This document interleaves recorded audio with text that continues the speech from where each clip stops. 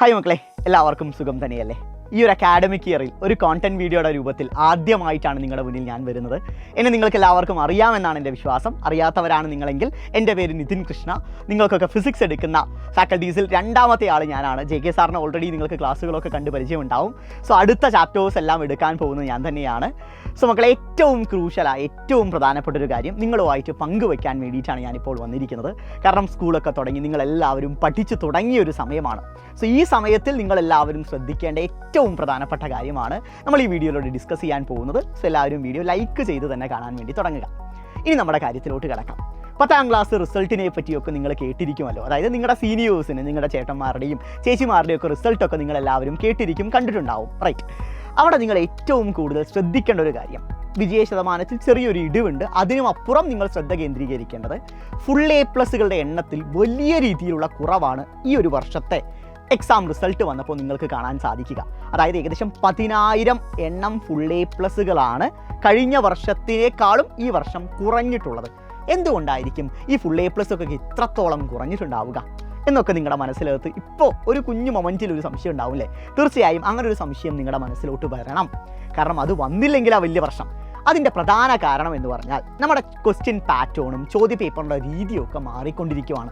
അല്ലെങ്കിൽ ഏത് കുട്ടിയാണെങ്കിലും അവസാനത്തെ ഒരു 5 വർഷത്തെ പ്രീവിയസ് ഇയർ ക്വസ്റ്റ്യൻസ് പഠിച്ചൊരു കുട്ടിക്ക് ഈസി ആയിട്ട് എല്ലാ സബ്ജക്റ്റുകളിലും A+ നേടിയെടുക്കാൻ സാധിക്കുന്ന ഒരു ക്വസ്റ്റ്യൻ പാറ്റേൺ ആയിരുന്നു കടന്ന കുറേ വർഷങ്ങളായിട്ട് നമ്മുടെ സിലബസ് പ്രകാരം വന്നുകൊണ്ടിരുന്നത്. പക്ഷേ കഴിഞ്ഞ വർഷത്തെ ചോദ്യ പേപ്പർ അത്തരത്തിലുള്ള ഒന്നായിരുന്നില്ല. മറിച്ച് ഈ കോർ സബ്ജക്റ്റുകളുടെ കാര്യമാണ് ഞാൻ ഏറ്റവും കൂടുതൽ ഊന്നൽ നൽകി പറയുന്നത്. ഫിസിക്സ്, കെമിസ്ട്രി, ബയോളജി, മാത്സ് തുടങ്ങിയ സബ്ജക്റ്റുകളിലെല്ലാം അത്യാവശ്യം കോൺസെപ്റ്റ് അറിയുന്ന കുട്ടിക്ക് മാത്രം A+ സ്വന്തമാക്കാൻ സാധിക്കുന്ന ചോദ്യ പേപ്പർ ആയിരുന്നു വന്നിട്ടുണ്ടായിരുന്നത്. അത് കൃത്യമായി തന്നെ ക്രാക്ക് ചെയ്ത് മാർക്ക് നേടണമെങ്കിൽ നിങ്ങൾക്ക് അത്യാവശ്യം കോണ്ടന്റും കോൺസെപ്റ്റും അറിഞ്ഞിരിക്കണം. അതിനെന്താണ് വഴി? അതിന് ഒരേ ഒരു കാര്യം മാത്രമേ ഉള്ളൂ. നിങ്ങളൊരു ചാപ്റ്റർ പഠിക്കുന്ന സമയത്ത് നമ്മുടെ പാഠപുസ്തകം മാറിയിട്ടുണ്ട്, പുതിയ സിലബസ് ആണ്, ഓരോ ചാപ്റ്റേഴ്സും നിങ്ങൾക്ക് പുതിയതാണ്. സോ നിങ്ങൾ ശ്രദ്ധിക്കേണ്ട കാര്യം, പുതിയ ചാപ്റ്റേഴ്സ് നിങ്ങൾ പഠിച്ചു തുടങ്ങുന്ന സമയത്ത് എൻ്റെ മക്കളെ നിങ്ങൾ ശ്രദ്ധിക്കേണ്ട ഏറ്റവും പ്രധാനപ്പെട്ട കാര്യം എന്ന് പറഞ്ഞാൽ ഒരു ടോപ്പിക് അതിൻ്റെ സർഫേസ് ലെവലിൽ പഠിക്കാതെ കുറച്ചുകൂടി ആഴത്തിൽ പഠിക്കുക.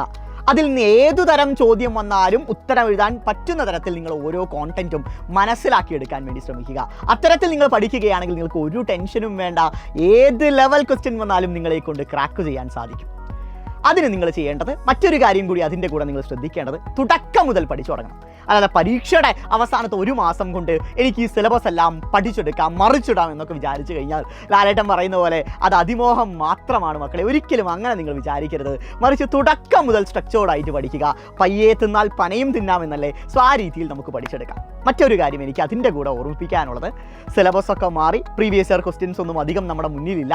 സോ ടെക്സ്റ്റ് ബുക്കിനകത്തുള്ള ചോദ്യങ്ങൾക്ക് കൂടുതൽ ഊന്നൽ കൊടുത്ത് പഠിക്കേണ്ട സമയമാണ് ഈ ഒരു അക്കാഡമിക് ഇയർ എന്ന് പറയുന്നത്. കാരണം കഴിഞ്ഞ വർഷം ഈ ചോദ്യം വന്നു, അതിന് മുന്നത്തെ വർഷം ഈ ചോദ്യം വന്നു എന്ന് നിങ്ങളെ പറഞ്ഞു പഠിപ്പിക്കാൻ ഞങ്ങൾക്ക് പോലും ഇപ്പോൾ സാധിക്കുന്നില്ല.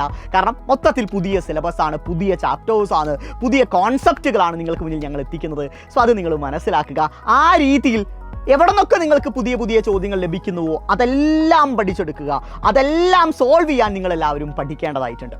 മറ്റൊരു കാര്യം എനിക്ക് അതിൻ്റെ കൂടെ പറയാനുള്ളത്, എനിക്ക് സ്വന്തമായിട്ട് പഠിച്ചാൽ, ഈ രീതിയിൽ മുന്നോട്ട് പോയാൽ എനിക്ക് ഈ ഫുൾ A+ എന്ന് പറയുന്ന സ്വപ്നത്തിലോട്ട് എത്തിച്ചേരാൻ സാധിക്കുകയില്ല. എനിക്കൊരു എക്സ്റ്റേണൽ സപ്പോർട്ടിൻ്റെ ആവശ്യമുണ്ട് എന്നൊക്കെ വിചാരിക്കുന്ന കുട്ടിയാണ് നിങ്ങളെങ്കിൽ നിങ്ങൾ ഉറപ്പായും സൈലത്തിൻ്റെ അസ്ത്ര ബാച്ചിലോട്ട് വരിക. ഓൾറെഡി 20,000-ൽ കുട്ടികൾ നമ്മുടെ അസ്ത്ര ബാച്ചിനകത്ത് അഡ്മിഷൻ എടുത്ത് കഴിഞ്ഞിരിക്കുന്നു. ഫസ്റ്റ് ബാച്ച് കഴിഞ്ഞ് സെക്കൻഡ് ബാച്ചിൻ്റെ ക്ലാസ്സുകൾ ഇപ്പോൾ തുറന്നുകൊണ്ടിരിക്കുകയാണ്. നമ്മുടെ 3ാമത്തെ ചാപ്റ്റർ ഉണ്ടല്ലോ ഫിസിക്സിലെ വിഷൻ, അതാണ് കറൻ്റ്ലി നമ്മുടെ അസ്ത്ര ബാച്ചിനകത്ത് ഞാൻ എടുത്തുകൊണ്ടിരിക്കുന്നത്. നിങ്ങൾ ആലോചിക്കുക, ഏകദേശം ഓണപ്പരീക്ഷയ്ക്ക് 3ാമത്തെ ചാപ്റ്ററിൻ്റെ പകുതിയോളേ ഉള്ളൂ. അത് ഓൾറെഡി നമ്മുടെ അസ്ത്ര ബാച്ചിനകത്ത് ഫസ്റ്റ് ബാച്ച് കുട്ടികൾക്ക് എടുത്ത് തീർത്തതാണ്. സോ ഇത്രയും ഫോർവേഡായിട്ടാണ് നമ്മൾ മുന്നോട്ട് പോയിക്കൊണ്ടിരിക്കുന്നത്. സോ നിങ്ങൾക്ക് ഇനിയും വൈകിയിട്ടില്ല. അഡ്മിഷൻ എടുക്കാൻ ആഗ്രഹമുള്ള കുട്ടികളാണ് നിങ്ങളെങ്കിൽ ഉറപ്പായും ഉടനെ തന്നെ അഡ്മിഷൻ ഉറപ്പാക്കുക. കാരണം നിങ്ങൾ ഓരോ ദിവസവും ലേറ്റ് ആകുമ്പോൾ നിങ്ങൾ ആയിരക്കണക്കിന് വിദ്യാർത്ഥികളുടെ പുറകിലാണ് എന്ന ബോധ്യത്തോടുകൂടി തന്നെ പഠിച്ചു തുടങ്ങുക. ഉഷാറാക്കുക മക്കളെ. കൂടെയുണ്ട്. ഫിസിക്സ് നമ്മൾ എന്തായാലും തകർക്കും. ഫിസിക്സിന് ഇനി ആരും കഷ്ടപ്പെട്ട് പഠിക്കേണ്ട ആവശ്യമില്ല. നിങ്ങളെ ഇഷ്ടപ്പെട്ട് പഠിക്കാൻ നിങ്ങളുടെ സ്വന്തം ടീച്ചേഴ്സ് ഇവിടെ തയ്യാറായി കഴിഞ്ഞു. സോ ഗൈസ്, നമുക്ക് കാണാം. ഗംഭീരമാക്കുക, ഉഷാറായിട്ട് പഠിക്കുക. ബൈ.